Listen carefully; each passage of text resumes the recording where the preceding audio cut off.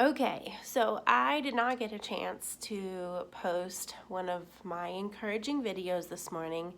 However, I'm having an Allie moment, and I know some of you really like anytime that I post Allie moments. And normally I don't record them, I just write it in print, on my post. So here you go. Here's my Allie moment today. Well, tonight. So I just so happened to be at a red light, and this really nice chocolate brown skinned brother pulled up next to me on his Harley. And while the engine was revving, well, not really revving, it was just a soft little vroom vrooming, he was playing Christmas music. So I really wasn't paying him no mind. But this is a construction zone. 8 lanes of an intersection are down to 4. So therefore, each of the red lights for each side are really long. And so I just started scanning him up and down, side to side, all the way around. And all of a sudden, he puts on some really nice soul music. And then I'm really paying attention. And I think the back of his vest said Wheels of Soul or something like that. And I was like, oh man, ladies, let me tell you. You want to know something that gets me all revved up? Is that vroom vroom of a Harley with a nice chocolate brown skinned brother next to me. Oh, it's a beautiful thing. So while I'm on that topic, let me go through something that might encourage somebody, right? A few things. Number 1, ladies, men are not the only ones that have eyes, right? There are people like me who are very visual. We tend to be artistic people, right?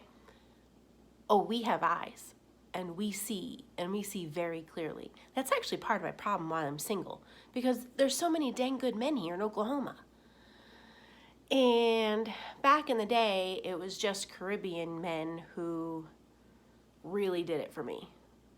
But here in Oklahoma, these chocolate cowboys, oh boy, they give my Caribbean men a run for their money. And I don't have time to go into some long explanation, but there is a big cultural difference between the two. And if you don't know, don't worry about it, okay? But that's the first thing. Okay, so there's nothing wrong with having eyes. There's nothing wrong with being attracted to things or people that you see. It's what you do with it that matters, okay? Number 2, you like what you like. And guess what? It's okay. So, what are some things that I like? Number 1, yes, I like men in on motorcycles. Number 2, I like maybe state troopers or deputy sheriffs. They got all this gear on, and I don't know, they're just so dang sexy. Then I love men who are like 6'1", 6'2", 6'3", 6'4". Maybe I can handle a 5'10", 5'11", but that's pushing it. Okay, let me give you an understanding of why. I'm a pretty strong woman, strong-willed, powerful in my prayer life, strong in nature, meaning I'm working with weights all day long, training clients. If a man has legs that are skinnier than mine, or hips that are smaller than mine, or shoulders they're not as wide as mine, what in the world is he gonna do to protect me, keep me safe, make me feel secure? No, it's not gonna work. I'm just being 100% honest. I like that big dude that's got those nice strong shoulders, nice big arms, that can wrap one arm around me, my whole body, and make me feel safe. 2 arms, I'm feeling real safe, right? I honestly, it's funny, I don't like abs. I don't care if it's a 4-pack, 6-pack, 8-pack, 12-pack, 16, I don't care. I don't like abs. Wow. And I'm a trainer. But it's okay, right? I know what I like. I like what I like. Let's see, what else do I like? Obviously, I like a man who has his own home, his own car, his own career. But let me tell you something. I would rather have a man who is outside doing yard work for a living or building houses for a living. Maybe he's a mechanic for a living, or he's in law enforcement for a living. I like a hard working man that can sling dirt and cement and throw wood around and hammer and I don't know, man, let me tell you, run after people, tackle them. That's what I like. I don't like a man sitting behind a desk. How exciting is that? Right? Maybe even a trainer. I've seen some pretty sexy trainers out there. But he has to be one that doesn't have a 6-pack or a 12-pack. It's not for me. Let's see, what else do I like? It doesn't matter if he's got kids or not. I used to really be a stickler for that. Let me tell you something. When you get 40, that's how old I am now, finding a man that doesn't have kids is much smaller. So sometimes you just have to lift those kind of requirements because you're really limiting your options when you say something like that. I understand it because I've been there. I've said it before. But now that I'm 40, I'm like, it's not so bad after 40. But let me tell you something. Most men that I've dated here in Oklahoma, they've had vasectomies, so it don't matter anyway, right? Let's see what else.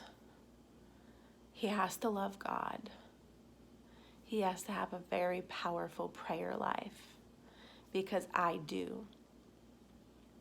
And so I need somebody who is just as powerful or more powerful than me in his relationship with God. And guess what? Let me tell you a secret. He doesn't have to go to church. And that might shock a lot of people because being in church does not equate to having a relationship with God. And then on the other side of that, having a relationship with God does not equate to being in church. Like I told you all from before, I knew who the Spirit of God was in me at 5 before I even understood what church was. Okay, so be careful with that one. You can be equally yoked with somebody and they actually don't go to a church building. They might have their own ministry on the streets. Okay, so be careful with things that you say in that aspect. Don't limit your options there either. I love a man that loves sports. Those are the main things. I'm not going to go through characteristics because I know that there are some watching who would change who they are just because they want to have an opportunity with something that, I might say. The other thing too, don't limit yourself in the dating process. It's okay to go on dates. I'm not talking about being exclusive. It's okay to go on dates with more than one person. It really is. But you need to be honest from the beginning. If someone asks you if you're dating more than one person, just tell them the truth if you are. It's okay. But let me close with this, ladies. Keep your bodies to yourself. If you're dating someone, that is not a time to be sharing your body with anyone. It is time to collect data and figure out if they will match your purpose or they won't. The purpose does not mean that you're doing the same career path. The purpose means that what you were put here to do is the same. And or it's an alignment, right? We talked about alignment yesterday. It's an alignment with the person that you choose. Don't settle. Be careful who you choose. And oh boy, do I love me some Cowboys here. Cowboys, not Dallas Cowboys. I'm talking about real cowboys on those horses at those rodeos.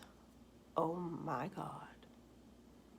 Anyway, y'all have a blessed night, and I'll see you in the morning.